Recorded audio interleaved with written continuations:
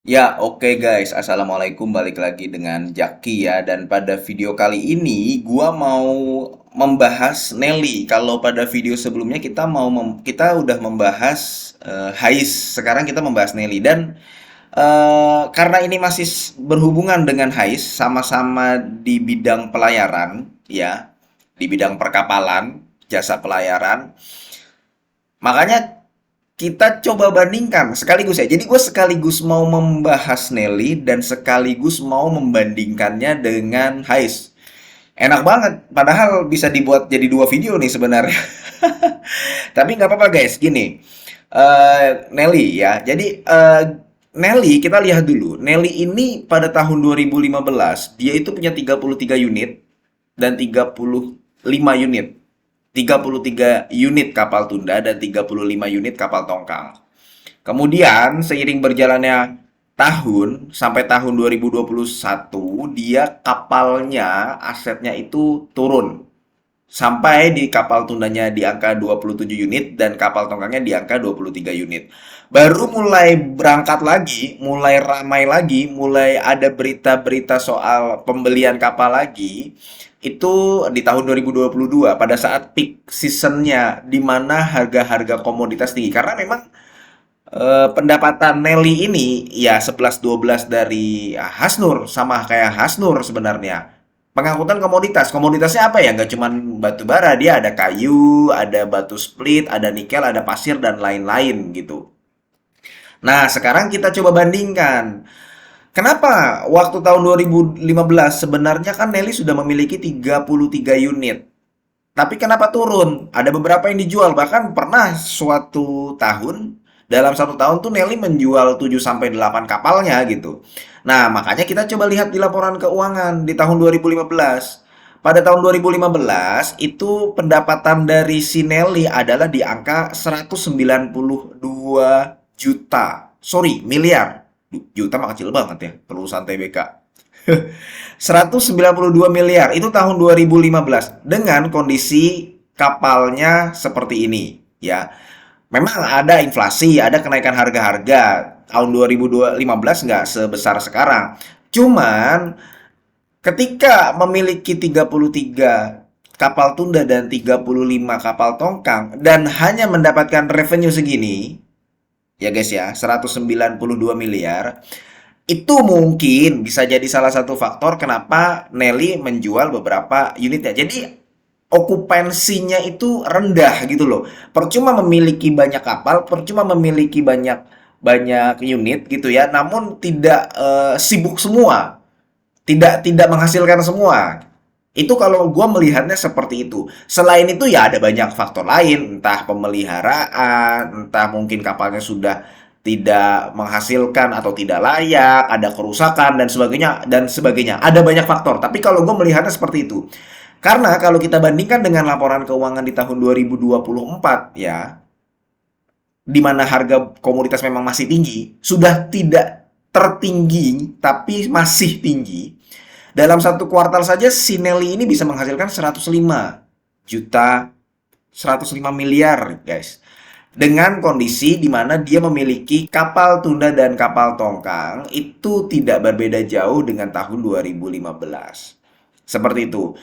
Selain itu juga ada faktor, memang di tahun 2015 si Nelly ini juga sudah mendapatkan beberapa konsumen, kayak misalkan Nelly kan punya konsumen-konsumen, ada kayak PT Riau Andalan Pulp and Paper. Tahun 2015 dia melakukan transaksi dengan Nelly itu 118 miliar. Tahun 2024 kuartal satu ya dia melakukan transaksi dengan si Nelly ya itu bisa di angka nih guys 48 miliar dalam satu kuartal ya guys. Memang di kuartal sebelumnya nggak ada, tapi di kuartal 1 2024 dia melakukan 48 miliar. Jadi ya kok perusahaan-perusahaan konsumen dari Nelly ya sudah bertumbuh juga gitu. Jadi ada banyak faktor. 2015 mungkin PT Riau Andalan Pulp and Paper permintaannya nggak banyak, sekarang banyak. Artinya kan ya pendapatannya si PT Riau Andalan Pulp and Paper makin besar, berimbaslah ke Nelly ini sendiri. Jadi itu sih salah satunya. Kenapa sempat banyak unitnya di tahun 2015, kemudian di tahun 2021 sisa segini, kemudian meningkat lagi. Nah, sekarang pertanyaannya, Bang, bagusan mana? Nelly sama Hais. Nah, kita harus ngeliat ini, guys. Di sini ada gross profit marginnya, ada net profit margin. Biasanya gue ngeliat dari ini, guys. Ngeliat bisnis bagus atau tidak, Nelly itu bisa diangkat 30-50%. Gross profit marginnya Nelly, lu bisa bedah satu persatu laporan keuangannya. Dia bisa diangkat 30-50% range-nya. Hais itu 20-30%. Kenapa? Ya ada banyak faktor juga. Hais ini sebuah grup. Dia juga bertransaksi dengan pihak berafiliasinya. Saudaranya. Apa ya tadi Bumi itu. Bumi Rantau itu. Karena dia juga ya nggak mungkin ngejual ngambil profit banyak-banyak dengan saudaranya gitu loh. Itu salah satu faktor aja. Nelly bisa segini gedenya, high segini. Net profit marginnya juga gedean Nelly. Nelly itu bisa 15% sampai 48% kalau di peak season. Bahkan di tahun 2020 aja Nelly masih bisa menghasilkan gross net profit margin 15%. Itu tahun 2020 ketika pandemi. High bisa di angka 10 sampai 25%. Nelly dividen payout rasionya itu ada di angka 30%. Sorry ini kebalik nih.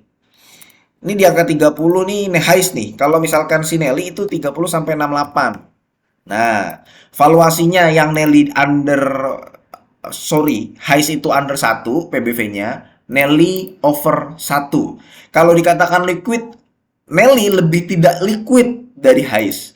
Kalau dari market cap-nya lebih besar Nelly daripada Hais. Kalau dari turnover-nya untuk Nelly lebih sepi daripada Hais. Nah, ini biasanya general yang gue lihat ketika gue membandingkan suatu saham. Nah, sekarang tinggal balik lagi guys. Sebenarnya kalau dari DER-nya nggak ada masalah. Dua-duanya bagus. Kemudian dari dividen, dua-duanya bagus. Jujur aja gue agak membingungkan nih sebenarnya untuk Nelly dan Hais. Tapi nanti kesimpulannya akan gue sampaikan.